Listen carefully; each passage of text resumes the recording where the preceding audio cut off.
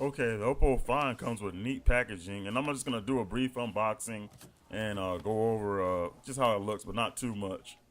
Okay, this is the box that the Oppo actually comes in, and it has a magnetic uh, magnet on the door of the box, which is pretty neat. When you open and close it, nice packaging, very nice packaging. So we'll open it up, set it down, and check the Oppo out, or unbox it, I should say. Okay, I'm gonna lift the little tab up, holding the Oppo with the cover on it, and set it aside, and we'll take a look at the inside. Okay, inside the box, you have the instructions. You have NFC stickers, which is really cool. Also inside the box are earbuds with an inline mic, a USB charging cord, and a wall connector. Having a look at the Oppo Find 5, you see the logo on the back. You have your camera with your flash, your microphone, noise cancellation microphone. On the left, you have your power button, which is different. On the bottom, you have an offset USB connection, charging, and the bottom, your main microphone. On the right side, you have your volume rocker. Also on the Oppo, the speaker is on the back at the bottom. The Find 5 is a really solidly built phone. It has Corning Gorilla Glass on the front. The back has sort of a hard polycarbonate plastic material. I've heard that the underneath frame is, or I've read that the underneath frame is made of metal, and it feels like it is really solid. It feels good in the hand. Probably the best built phone I've felt thus far, other than the iPhone, and it's comparable to the iPhone. The interface is pretty neat. It's got this cool lock screen. I like it, with the clock on the bottom. And this is just one lock screen. There's two lock screens to choose from, but you unlock it by swiping like that. And this is the stock interface. I don't really care for the stock interface. I don't mind the icons, but I don't like the widgets. As other reviewers you may have noticed don't like it either, or may not care for it. But it's not bad. I mean, it just look kind of weird. But the stock interface is pretty smooth. The wallpaper scrolls just like Android. Uh, only problem I've had is once I install a lot of my apps, I'm unable, excuse me, to add widgets. And I'll give you an example right here. You click the menu button here. Of course, I should tell you that you have the home, back, and menu button, just like stock Android or other Android devices made previously. But you click on the menu button here and you can add widgets or wallpapers. You try to add widgets and it just kind of, normally, well, I'll let you see. See, it kind of it doesn't do it. And this is I don't know if this is an issue with apps I've installed or an issue with the software itself. I've been searching on the Oppo forums, but I haven't found anything concrete or identical to my issue. But you click here to add wallpapers, which works, and this is where you would normally add widgets also. You just click on here and then you drag them up to the screen, just like sort of like earlier versions of TouchWiz. And but it doesn't work on mine. Unfortunately, I can't show you. I just tried it and it'll just lock up. But hopefully this is something I can research and figure out what's going on with it.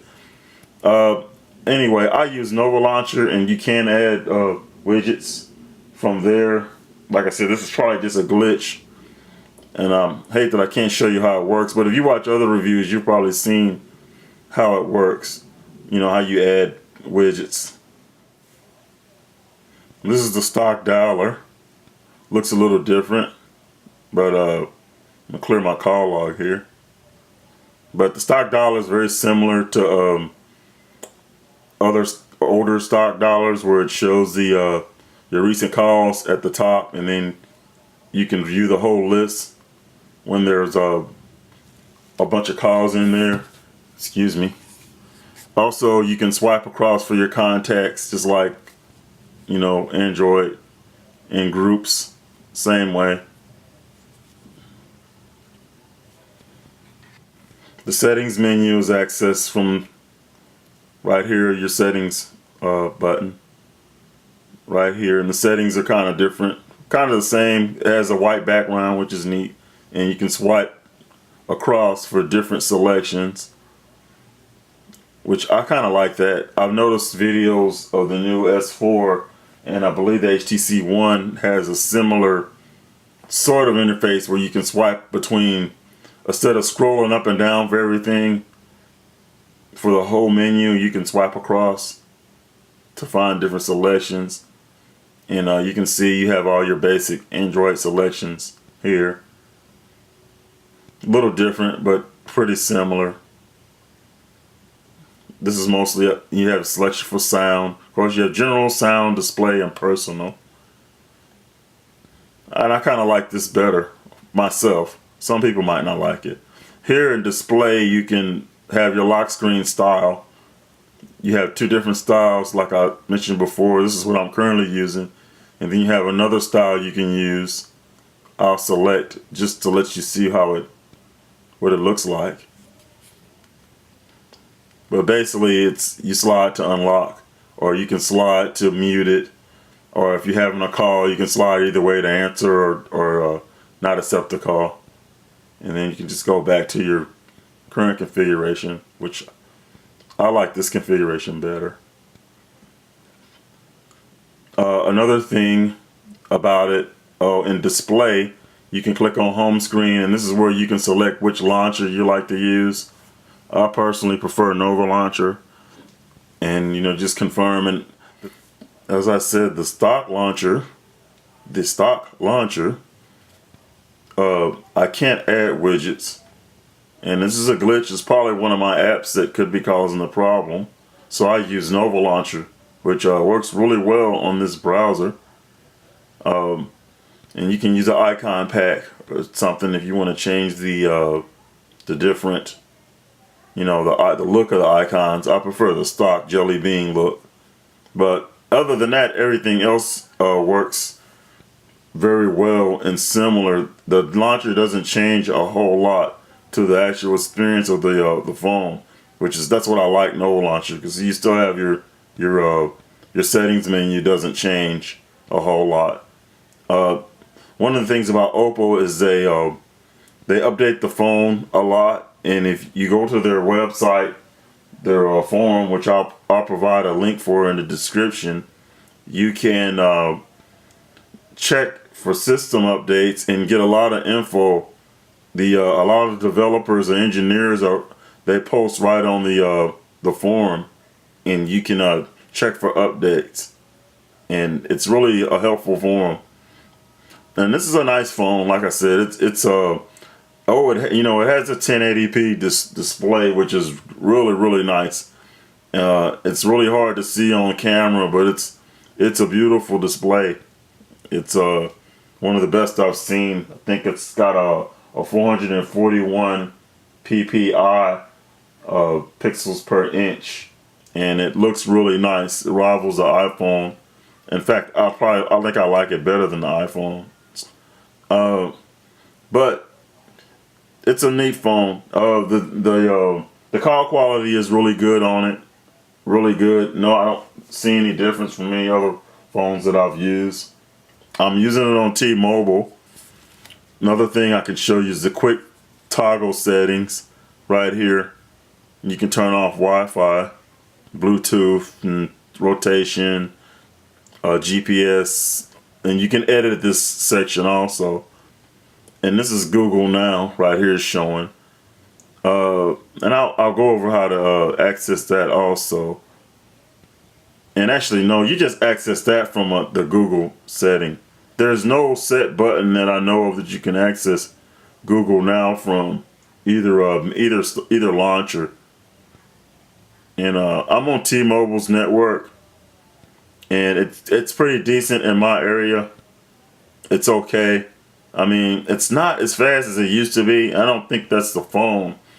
It may be they're refarming over to the 1900 megahertz band to get ready for LTE, and this phone won't do LTE. Just HSPA plus, and it's got a decent speed. That's not bad. I've gotten higher, I've gotten lower, but pretty good ping. but it's not bad. Not the best, but not bad. Turn back on Wi-Fi. To get to Google Now, I mean, Google Now works just the same. I just basically use it from my Google folder and just go straight to it. And actually, I need to actually set it up. I've had to redo this phone several times because I was trying to solve not redo it, reset it, factory reset it.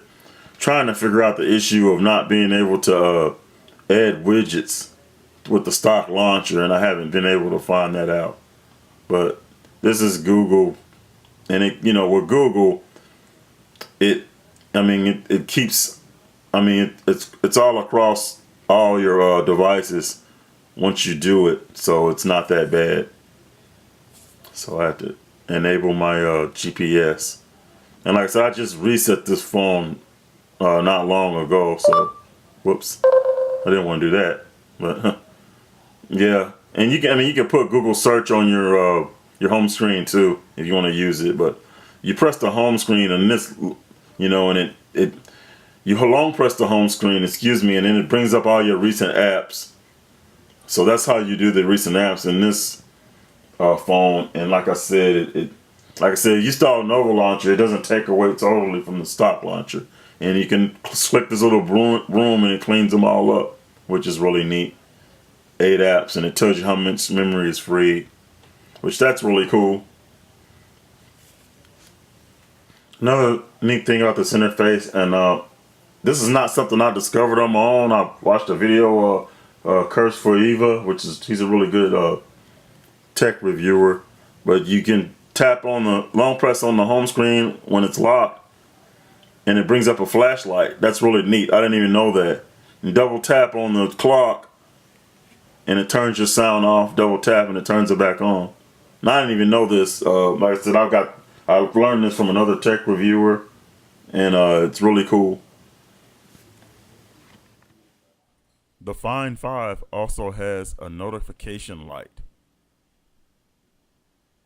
Another feature in this phone that I really like is the ability to wake it up and put it to sleep. And this is something that was in BlackBerry when I had a BlackBerry several years ago that I really liked. And I wish they'd put it on more Android phones.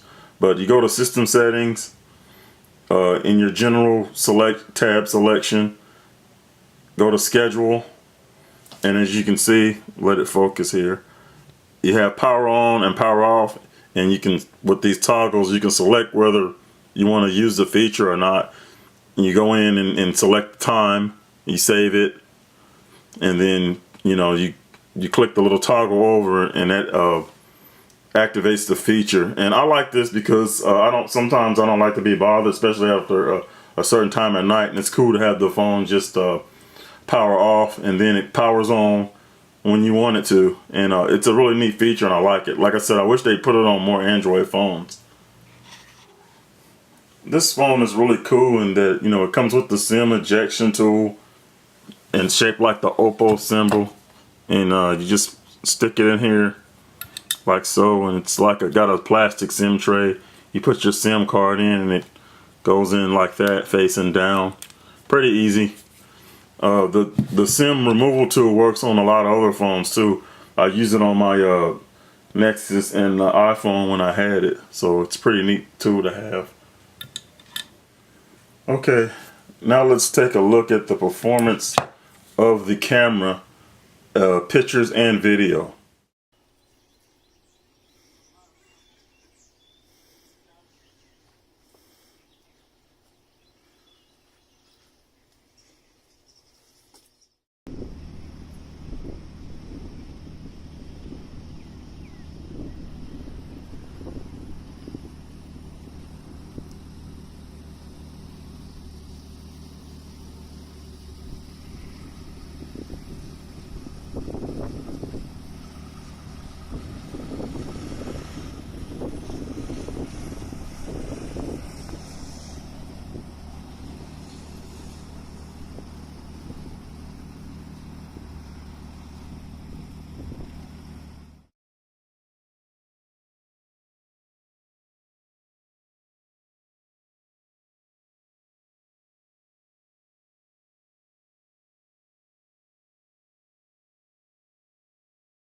Overall, I like this phone a lot. I like the build quality. The screen is gorgeous. It has its glitches here and there. The main being not being able to add widgets from the stock launcher, which I don't use, but that could be an issue for some people. I would recommend this phone if you like tinkering with it, excuse me, and you don't mind putting on your own launcher, and you know your way around the Android pretty good. But if you're just a regular consumer and don't want to deal with tinkering with it or trying to troubleshoot it or fix anything, I'm not sure I would recommend it. If you do get it or decide to purchase it, I would recommend participating in the Oppo forums, because they're really helpful and you can maybe find common issues that you might have with the phone. But I mean, it's still a great phone. Like I said, I don't want to say it's bad or anything or not recommend it, but I just letting you know everything I know from my experience with it. Anyway, thank you for watching my video, and stay tuned. I'll have videos on the HTC One and the S3 when I get them, when I'm able to get them, excuse me. And if you like the video, please give me a thumbs up and subscribe, and thank you again.